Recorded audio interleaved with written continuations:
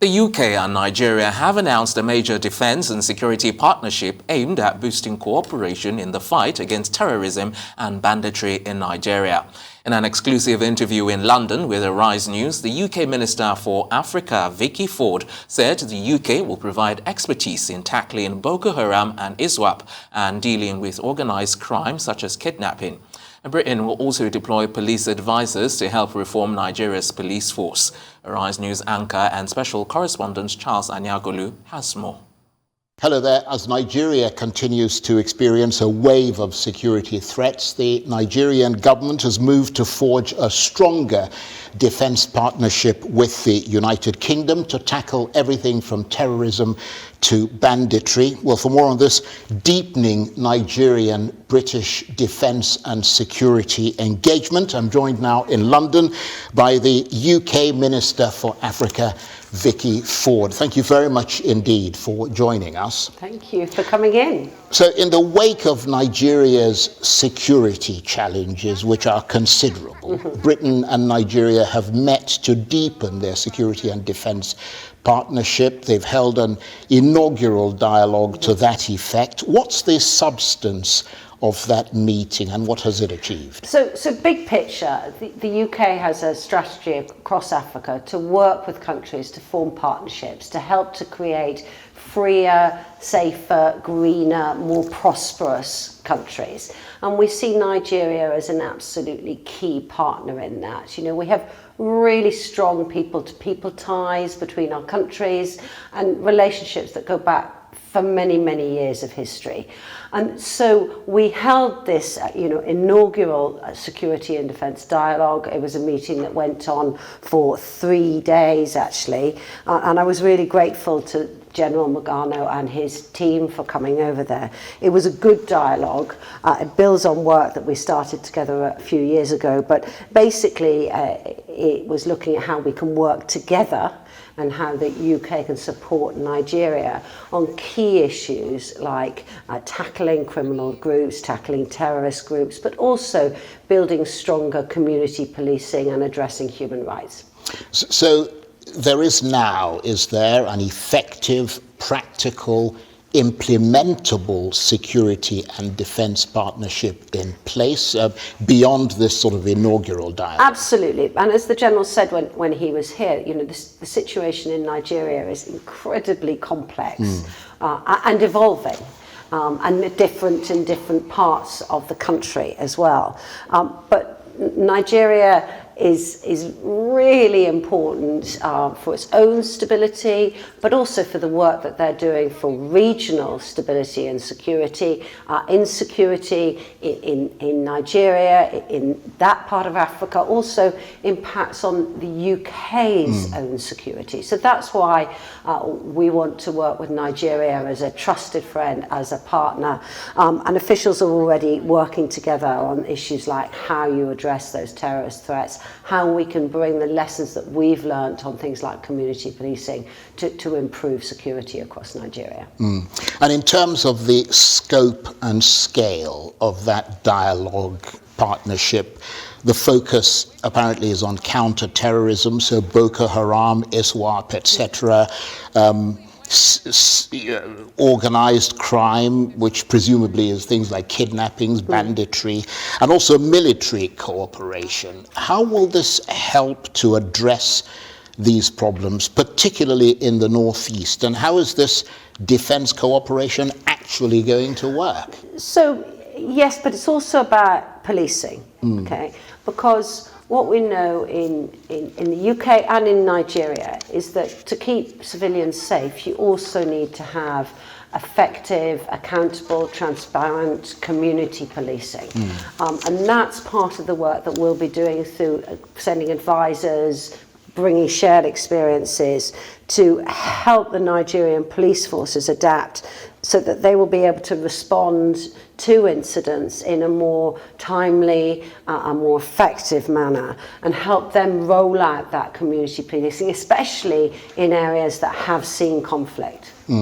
Of course, Nigeria's security problems, as I'm sure you know, are quite deep and therefore root and branch reforms that are far-reaching are needed.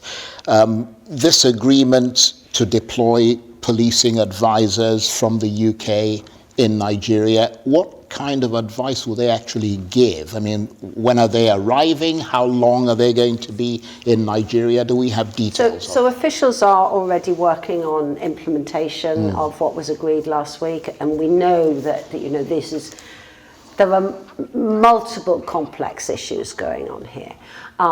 But where we think we can help work together is the experience that we've had looking at managing the risks of extremist groups, how you can reduce that, how you can improve the policing response so that supporting civilians moves from being a military solution into being a community-led and community policing-led solution. And these are the areas where we believe that the Nigerians have identified issues that they would like help with, and where we can then bring in that support and share experiences, because fundamentally this will be not the UK telling the Nigerians how to do things, it's the Nigerians looking at the issues that they have and where they think we work together, bringing out our expertise. That's what this agreement last week has promised, that the UK will share our expertise and will work together as the partnership to try and deliver that better security for the people of Nigeria. But of course, part of the reason Nigeria is calling on the UK is because it itself has failed to do the things that it needs to do. I mean, in the course of the meetings you had, both sides agreed on the importance of police reform in Nigeria. You mentioned briefly the role that you see the UK playing. Can you sort of expand on that with particular focus on reforming the police force? So a lot of this is, as I said, how do you better respond to community issues? How do you better respond in post-conflict areas so that where there has been conflict, the police can help de-escalate that through a community-driven response. And I know that the different threats in are different in different parts of Nigeria, and therefore the issues that are faced are different. But one of the other things that was discussed at the dialogue is very much the regional issues as well. And Nigeria as a country that's respected democracy, really wanting to continue to play a very strong part regionally. So this cooperation that we will have will be not only looking at what's happening in Nigeria, but also Nigeria's role in greater regional stability too. Right. And not to throw a sort of wobbler at you there, but is this assistance from the UK going to be paid for by Nigeria? Is it a deal that's going to see Nigeria paying money to Britain? It's not, we were discussing how we can work together in partnership. This is not, So it's not a deal as such? It's not a financial deal as such. Right. And I'm sure you've heard of the EndSARS protests in Nigeria against police brutality. A judicial panel was set up in Lagos to look into it, and it submitted a report. I think last November. You sent out a tweet saying that transparency and accountability are vital and that you will be following developments closely. What's your assessment of the white paper that was issued by the Lagos state government on that report? Did it meet your expectations? So obviously the white paper raised lots of different questions, and it raised questions about the role of the federal police and about the military. And those are questions that the federal government needs to look at and address. A key point that we believe in the UK is the importance of transparency and accountability, and that it is really important that civilians have the right to transparency, to understand when things have gone wrong, what's got wrong, and that people can be held to account if there have been situations where the police or other forces have not acted in a way, or that people believe they've not acted in a way that they should have done. But that transparency and accountability is a key part of what we would like to see in that response. And indeed, transparency and accountability was a lot of what I discussed with the General and his team when they were over here last week. And are you seeing that in the context of the NSAS protests? We're watching and the really report? closely, and I've been talking indeed to my team in Nigeria just today who are watching this very, very closely, and will want to keep arguing for that transparency and accountability, because it is so important that people feel they have that in order to be able to trust the police, the military, etc.